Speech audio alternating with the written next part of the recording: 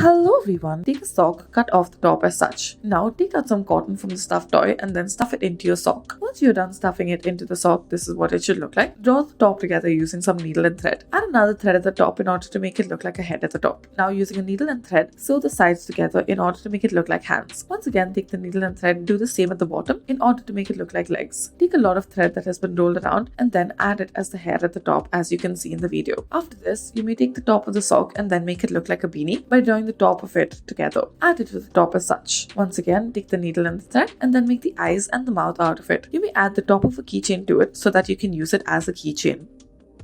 Now we'll be learning how to make a bag. For this, start off by taking multiple colors of strips of cloth. Arrange them all together as such. Once you have done this, you may sew all of them together. This will be the final look of it. We have made it all as even as possible. After this, cut out multiple strips out of this. Do this before this, make the chalk lines onto it and then cut it out. Now once you have cut it out, alternate between the strips and then turn them around as you can see we are doing in the video. Once you are done with this, sew all of these pieces together. This is what it should begin to look like. Make two of these and then once you are done with it, this is what it should look like. After you are done making the second piece, take an exact sized orange strip of cloth. Now add this as the lining to your initial piece. Make two strips as well and then add it to one of the sides as you can see. Add the same onto the other side as well. These will be the two handles of the bag that you are creating. Now reverse this cloth that you have created and then add them one on top of the other. Once you are done with this, you may add the lining, that is the orange lining that you have created on the top of this. Add a little pocket section to your orange section as well. Now take the orange section, add it to the top.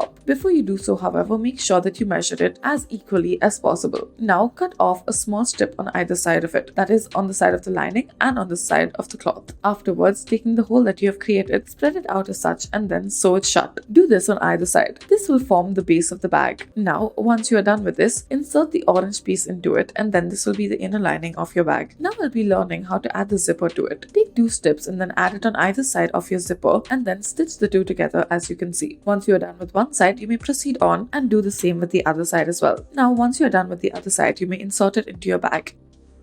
Now we will be learning to make a different kind of bag. Start off by folding your t-shirt into half as such and then cut out the sleeves and the neck area of it. Now once you have done so, take another piece of cloth. Now taking the bottom, make multiple slits out of it as such. Open it out and this is the new top that you will be left with. You may tie knots at the bottom of it. This will make it look all the more aesthetically pleasing. Put it around your arm and then you may carry whatsoever you want with this bag.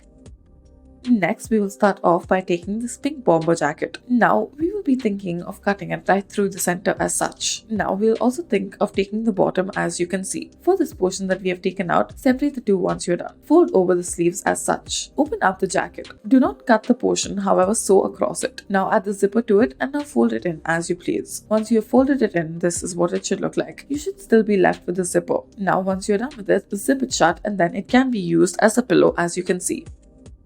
Next, we'll be learning how to make this cute little bag with a long handle. We will take the cloth and then you'll measure it around this. To begin with, open up this cardboard paper, add your cloth onto it and then measure it exactly how it is. Cut out two strips of cloth, add one on top of the other as you can see and then sew it shut on all three sides. Now, once you are done with this, stitch it up on the sides. Reverse the entire cloth piece so that it is facing the right side. Now, once you have done this, take a pair of scissors and then make small slits in it as you can see. Now, take the entire square of it and then this is what you should be left with. Fold it into half as you can see. After you have folded it into half, take a small measurement using your fingers, your thumb and your pointer to be precise. Add a line to it using the stitching chalk. Now sew it shut once you are done. Now once you are done with this, reverse the side once again and then fold it outwards. Put the other decorative piece to it and then vertically fold it upwards as you can see. Once you have done this, this is what it should look like. Add a handle to either side of it. Once you have added the handle, this can be used in order to carry the bag around. Now stitch it all together. You may also add decorative pieces to it. Thank you for watching.